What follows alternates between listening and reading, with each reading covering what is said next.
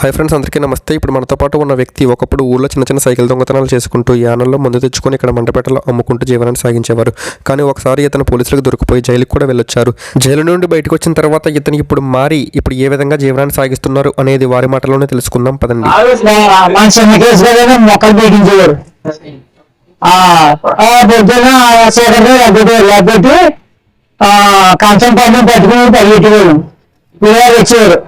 ఒక ఆమె బిర్యానీ ఎత్తుకోరు, ఒక ఆమె ఉప్మా, మళ్ళీ దానికే టికెట్ చూపాను అసలు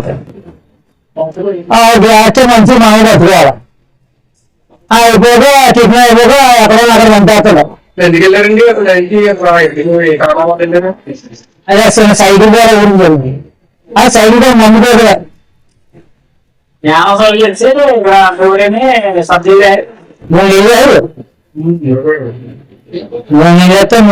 చేశాను. అది లాక్డౌన్ లో కూడా అప్పుడు కేసు తీసుకుని 15 రోజులు చేశాను. గాంధీ జయంతి వచ్చాను, 100 రూపాయలు ఇచ్చాను. భోజనం కూడా బాగానే ఉంది. పన్ను మొక్కలైనా దిగింది అంతే. చూడా చిత్తేశ్వర డైరెక్ట్ బాగున్నావా లేదా చిత్తేశ్వర అని దేవుడు బట్టి నేను చెప్పు. అదే ఇప్పుడు మనిషి మారిపోయినండి, మార్పు చెందిన వాడే మనిషి. ఇంకా ఆటోకి పని చేసుకుంటున్నాను, ఇంకేం చేస్తున్నావా? నేను మెటాగుడ్ గారు పల్లెలు మోస్తున్నాను. నైట్ ఎక్కడ పడుకోవా? నైట్ రామకృష్ణపురం వెళ్ళిపోతా. పొద్దున మనవాడు వచ్చేస్తావు అదే అక్కడికి తినేస్తాం. భోజనం అదే ఏ దేవాలయంలో అట్లా తినేస్తాడు. లావుగా అక్కడ జరిగితే భోజనం చేస్తావు కదా. మనుషులు ఎప్పుడూ ఒకలాగే ఉండరు. ఈరోజు మంచి వ్యక్తిగా ఉన్నవారు రేపు చెడ్డ వ్యక్తిగా మారవచ్చు. ఈరోజు చెడ్డ వ్యక్తిగా ఉన్నవారు రేపు మంచి వ్యక్తిగాను మారవచ్చు. దొంగగా ఉన్న వాల్మీకి మారి ఒక రామాయణాన్ని రచించారు. ఒక తెల్ల కాగితం మీద ఒక నల్లని చుక్క ఉంటే ఆ మొత్తం తెల్లని కాగితాన్ని నలుపు అనడం తప్పు కదా.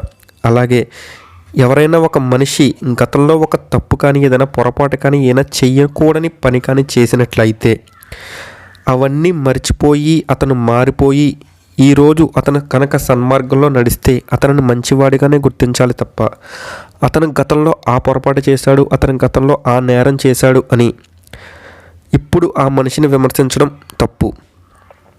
మనం ఈ రోజుకి చూస్తూ ఉంటాం. స్టువర్ట్పురం అంటే అక్కడ కేవలం దొంగలు మాత్రమే ఉంటారని, ఆ ఊరు వాళ్ళు మొత్తం దొంగలు అని అనుకుంటాం. ఎందుకంటే మన చరిత్ర నేర్పిన పాఠాలు బట్టి స్టువర్ట్పురం వాళ్ళు అంటే గజ దొంగలు, దోపిడీదారులు అన్న ఒక ముద్ర పడిపోయింది. ఇటీవల రవితేజ గారు నటించిన టైగర్ నాగేశ్వరరావు చిత్రంలో ఒక సన్నివేశం ఉంటుంది. స్టువర్ట్పురం నుంచి ఒక విద్యార్థి చదువుకోవడానికి కాలేజీకి వెళ్తే ఆ విద్యార్థిని కూడా దొంగగానే గుర్తిస్తారు. అంటే దీన్ని బట్టి మనం అర్థం చేసుకోవాల్సింది ఏంటంటే ఒక మనిషికి కానీ ఒక ప్రాంతానికి కానీ ఒక వ్యవస్థకి కానీ గతంలో ఏదైనా ఒక మచ్చ పడితే ఇప్పుడు కూడా ఆ మచ్చని వేలెత్తి చూపించి దానిని విమర్శించడం అనేది తప్పు. అలాంటి తప్పు చేసినట్లయితే ఇప్పుడు అవన్నీ మర్చిపోయి మారిపోయి మంచి మార్గంలో నడుద్దాం అనుకున్న వాళ్ళని మనం ఇప్పుడు కించపరిచి అవమానపరిచి వాళ్ళని హేళన చేసినట్లయితే వాళ్ళు మళ్ళీ గతంలో వారు చేసిన నేర ప్రవృత్తిని గుర్తు తెచ్చుకొని అరే వీళ్ళే నన్ను ఇంకా ఇప్పటికీ దొంగ అని అంటున్నారు, నాకు ఏ పని ఇవ్వట్లేదు, నాకు చదువుకోవడానికి అవకాశాలు ఇవ్వట్లేదు, ఒక మంచి జాబ్ ఇవ్వట్లేదు, ఇంకా నేను ఎందుకు ఈ మంచి మార్గంలో ఉండాలి, వీళ్ళన్నట్లుగానే నేను దొంగగానే ఉంటాను, దొంగగా ఉంటేనే నాకు అన్నం దొరుకుతుంది అంటే దొంగగా ఉంటేనే నాకు కావలసిన అవసరాలు తీరుతాయి అని అనుకుంటే మొత్తం గతంలోలాగే ఇప్పుడు తరం కూడా ఆ విధంగా మారిపోయే ప్రమాదం ఉంది. మనం ఒక 500 పెట్టి కొనుక్కున్న షర్ట్కి ఒక మరక అంటుకుంటే దాన్ని నీట్గా ఉతికేసి ఇస్త్రీ చేసేసి వేసేసుకుంటాం కదా.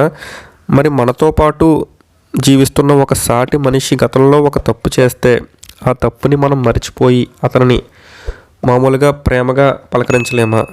ఒకసారి ఆలోచించండి.